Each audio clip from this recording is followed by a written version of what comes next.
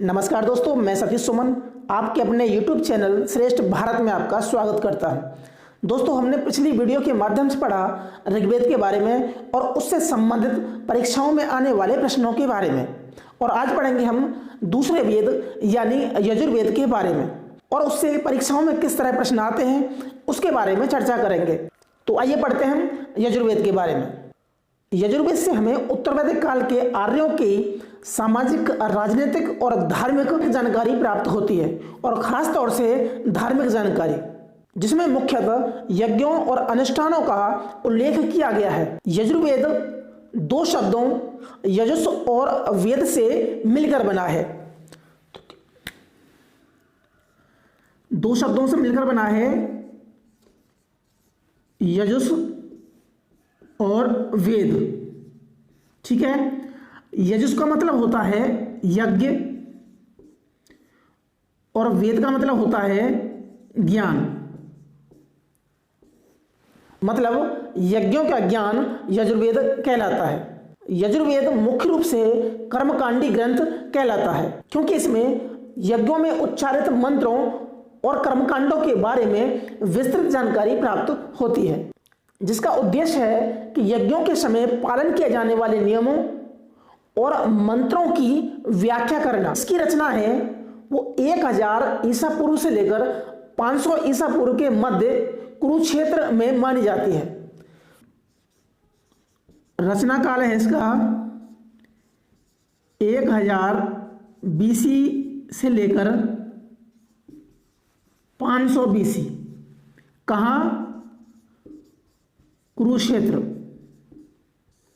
ठीक है, ऋग्वेद से हमें जानकारी प्राप्त होती है कि आर्यों ने भारत में प्रवेश होकर सप्तसेन प्रदेश में अपनी सभ्यता का केंद्र बनाया, लेकिन उत्तर वैदिक काल आते आते आर्यों ने सप्तसेन प्रदेश से पूर्व की ओर प्रसार करना प्रारंभ कर दिया, और इस वेद में यानी कि यजुर्वेद में आर्यों के बारे में जानकारी प्राप्त होती है कि आर्यों ने सप्तसेन प्रदेश से पूर्व की ओर प्रसार करना चालू कर दिया, जिनका विस्तार आर्यव्रत के मध्य और पूर्व में हुआ। ऋग्वेद में प्राकृतिक पूजा का उल्लेख किया गया है, लेकिन उत्तर वैदिक काल आते आते आर्य प्राकृतिक पूजा से बोर हो चुके थे, इसलिए उन्होंने यज्ञों और अनुष्ठानों का चलन चालू कर दिया। वाजपेय यज्ञ, राजसूय यज्ञ, अश्वमेध यज्ञ आदि जितने भी यज्ञ होते हैं, उनमें जो मंत्रों का उच्चारण करता है उसे अद्धर्यु कहा जाता है, और परीक्षा की दृष्टि से महत्वपूर्ण है। यज्ञों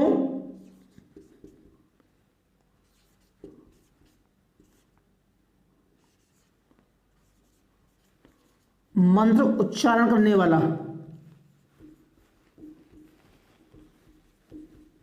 वाला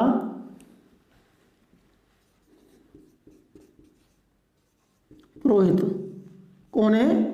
अद्धर्यु। ठीक है, परीक्षा में प्रश्न आता है कि यजुर्वेद में जो मंत्रों को उच्चारित करता है, धार्मिक अनुष्ठानों में जो मंत्रों को उच्चारित करता है या यज्ञों को करवाता है, वो कौन है? वो है अद्धर्यु। ठीक है, यजुर्वेद की रचना पद्य और गद्य में दोनों में हुई है, तो मुख्य रूप से यह भी जान लेते हैं कि यह पद्य और गद्य दोनों में है। ठीक है, पहला ग्रंथ है जो दोनों में है, पद्य और गद्य शैली में, और इसका उपवेद है धनुर्वेद। उपवेद कौन सा है? धनुर्वेद, जिससे हमें युद्धों की कला की जानकारी प्राप्त होती है। तो यह भी प्रश्न है कि यजुर्वेद का उपवेद कौन सा है, तो वो है धनुर्वेद, और ऋग्वेद का उपवेद कौन सा है, तो वो है आयुर्वेद। ठीक है, ऋग्वेद का है उपवेद आयुर्वेद और यजुर्वेद का है धनुर्वेद। यजुर्वेद का जो अंतिम अध्याय है वो है ईशावास्य उपनिषद।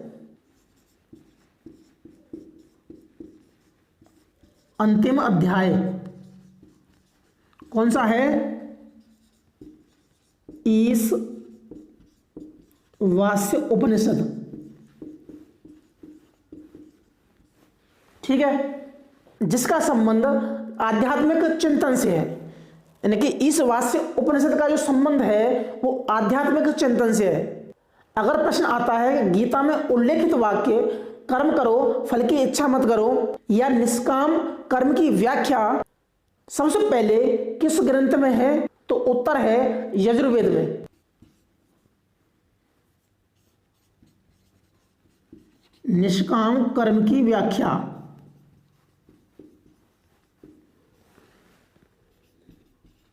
सर्वप्रथम यजुर्वेद में, ठीक है। यजुर्वेद को दो भागों में या दो शाखाओं में विभाजित किया गया है, शुक्ल यजुर्वेद और कृष्ण यजुर्वेद। तो भाग कौन से हैं इसके? तो पहला है शुक्ल यजुर्वेद और दूसरा कृष्ण यजुर्वेद। दो शाखाओं में बटा है, शुक्ल यजुर्वेद और कृष्ण यजुर्वेद। शुक्ल यजुर्वेद की भी दो शाखा है, इसे हम उपशाखा कह सकते हैं। पहला है मध्यादिन, इसे मध्य दिन भी कह सकते हैं, और दूसरा है कान्व। तो शुक्ल यजुर्वेद की शाखा है मध्यादिन और कान्व। प्रश्न आता है कि मध्यादिन या कान्व कौन से यजुर्वेद की शाखा है, तो वह है शुक्ल यजुर्वेद की। और इस शाखा को भी कहा जाता है वाजसनेयी संहिता। वाजसनेयी संहिता, तो यह भी प्रश्न आता है कि वाजसनेयी संहिता का संबंध किस वेद से है, यानी कि यजुर्वेद से है। या पूछ ले कि यजुर्वेद की किस शाखा से है, तो वह है शुक्ल यजुर्वेद की शाखा से। इसके रचयिता हैं याज्ञवल्क्य।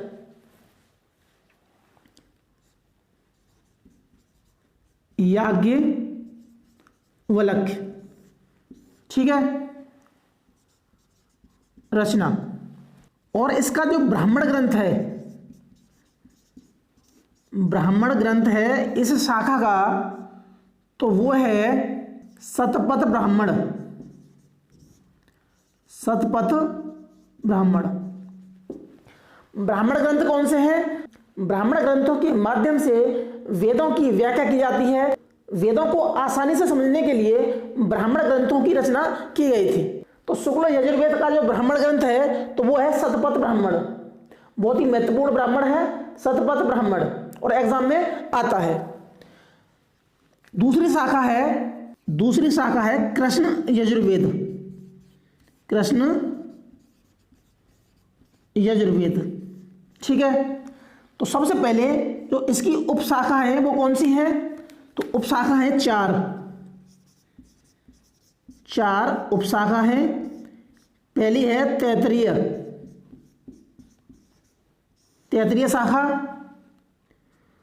दूसरी है काठक, तीसरी है मैत्रायणी, और चौथी है कपिस्थल। तो कृष्ण यजुर्वेद की जो शाखा है चार, तो वो है तैतरीय शाखा, मैत्रायणी शाखा, काठक शाखा और कपिस्थल शाखा। जहां शुक्ल यजुर्वेद की शाखा है मध्यादिन और काण्व शाखा। वैसे यजुर्वेद की शाखा है लगभग 101, लेकिन वर्तमान में मात्र 5 शाखा ही उपलब्ध हैं, जिनमें 4 ये वाली और 1। तो अब पढ़ेंगे हम शुक्ल यजुर्वेद का ब्राह्मण ग्रंथ यानी कि शतपथ ब्राह्मण के बारे में। और परीक्षाओं में इससे जो प्रश्न आते हैं उसके बारे में बात करेंगे। शतपथ ब्राह्मण,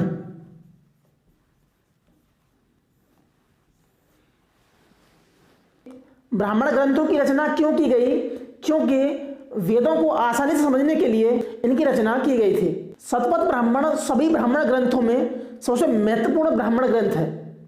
तो पहला पॉइंट तो यही है कि शतपथ ब्राह्मण जितने भी ब्राह्मण ग्रंथ हैं उन सब में सबसे महत्वपूर्ण ब्राह्मण ग्रंथ है शतपथ ब्राह्मण।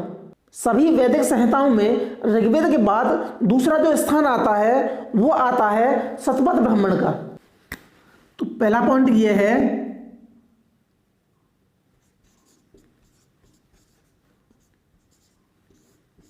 ऋग्वेद के बाद दूसरा स्थान शतपथ ब्राह्मण का। उसकी रचना करते हैं याज्ञवल्क्य। ठीक है, इस ग्रंथ में 14 कांड हैं। 14 कांड में 6 से लेकर 10वें कांड तक को सांडिल्य कांड कहा जाता है। 14 कांड है, 6 से लेकर 10वें कांड तक को सांडिल्य कांड कहा जाता है, जिससे गांधार, कैकेय और साल्व जनपदों की जानकारी प्राप्त होती है। यानी कि 6 से लेकर 10वें कांड से हमें कैकेय, गांधार और साल्व जनपदों की जानकारी प्राप्त होती है। बाकी कांडों से जो मध्य आर्यावर्त के और पूर्वी आर्यावर्त के जो जनपद थे, जैसे कौशल, विदेह, कुरु, पांचाल आदि जनपदों की जानकारी प्राप्त होती है बाकी कांडों से। एक कथा है मनु की जल प्लावन कथा, जिसमें पूरी सृष्टि पर प्रलय आ जाती है, पूरी सृष्टि पानी में डूब जाती है और मनु ऐसी नाव बनाते हैं जिस नाव में पृथ्वी के सारे जीवों को सुरक्षित रख लिया जाता है। क्या है? कथा है, यानी कि मिथ है। तो ऐसी कथा कौन से ग्रंथ में है? तो वो है शतपथ ब्राह्मण में। और एग्जाम में सीधा प्रश्न आता है कि मनु की जल प्लावन कथा का संबंध किस ग्रंथ से है? तो वह है शतपथ ब्राह्मण से, यजुर्वेद के ब्राह्मण ग्रंथ शतपथ ब्राह्मण से। ठीक है,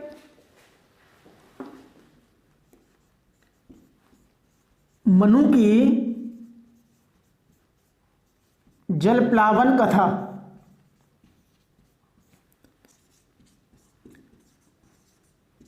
शतपथ ब्राह्मण से। ठीक है, कि स्त्री को पुरुष की अर्धांगिनी सबसे पहले किस ग्रंथ में कहा गया है? स्त्री को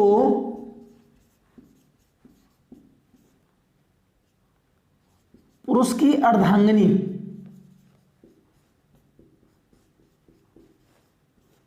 किस ग्रंथ में कहा है?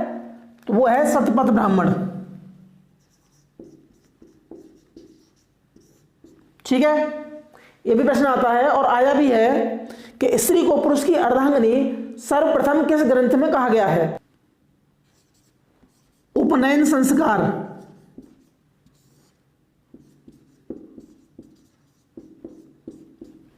उपनयन संस्कार यानी कि जनेऊ संस्कार का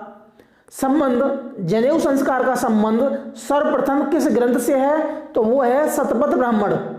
सबसे पहले राजा को राष्ट्र का सेवक किस ग्रंथ में कहा गया है? तो वो है शतपथ ब्राह्मण।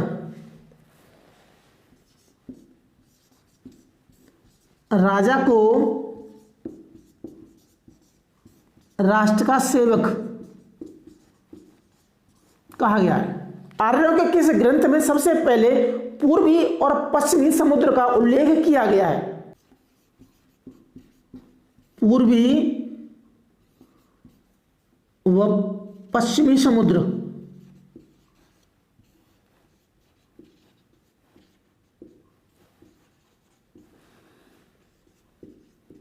उल्लेख। आर्यों के किस ग्रंथ में सबसे पहले पूर्वी और पश्चिमी समुद्र का उल्लेख किया गया है? तो वो है शतपथ ब्राह्मण। पूरे ऋग्वेद में कहीं भी समुद्र का जिक्र नहीं किया गया और जहां से आर्यों की शाखा आई और वहां पर कोई समुद्र नहीं था, इसलिए ऋग्वेद में समुद्र का जिक्र नहीं किया गया है। जैसे ही उत्तर वैदिक काल में आर्यों ने पूर्व की ओर प्रसार करना चालू कर दिया, गंगा नदी के साथ साथ बंगाल की खाड़ी तक उनका प्रसार हुआ, जिससे उन्होंने समुद्र को जाना। पूर्व में बंगाल की खाड़ी और पश्चिम में अरब सागर के बारे में उन्होंने जाना। पहली बार इसका उल्लेख किया गया यजुर्वेद का ब्राह्मण ग्रंथ शतपथ ब्राह्मण में। मनु की जल प्लावन कथा किस ग्रंथ में है? तो वो है शतपथ ब्राह्मण में। स्त्री को सबसे पहले पुरुष की अर्धांगिनी किस ग्रंथ में कहा गया है? तो वो है शतपथ ब्राह्मण। किस ग्रंथ में पूर्वी और पश्चिमी समुद्र का जिक्र किया गया है? तो वो है शतपथ ब्राह्मण। उपनयन संस्कार का सबसे पहले उल्लेख किस ग्रंथ में है? तो वो है शतपथ ब्राह्मण। राजा को राष्ट्र का सेवक किस ग्रंथ में सबसे पहले कहा गया है? तो वो भी है शतपथ ब्राह्मण। तो ठीक है दोस्तों, आज पढ़ा हमने यजुर्वेद के बारे में।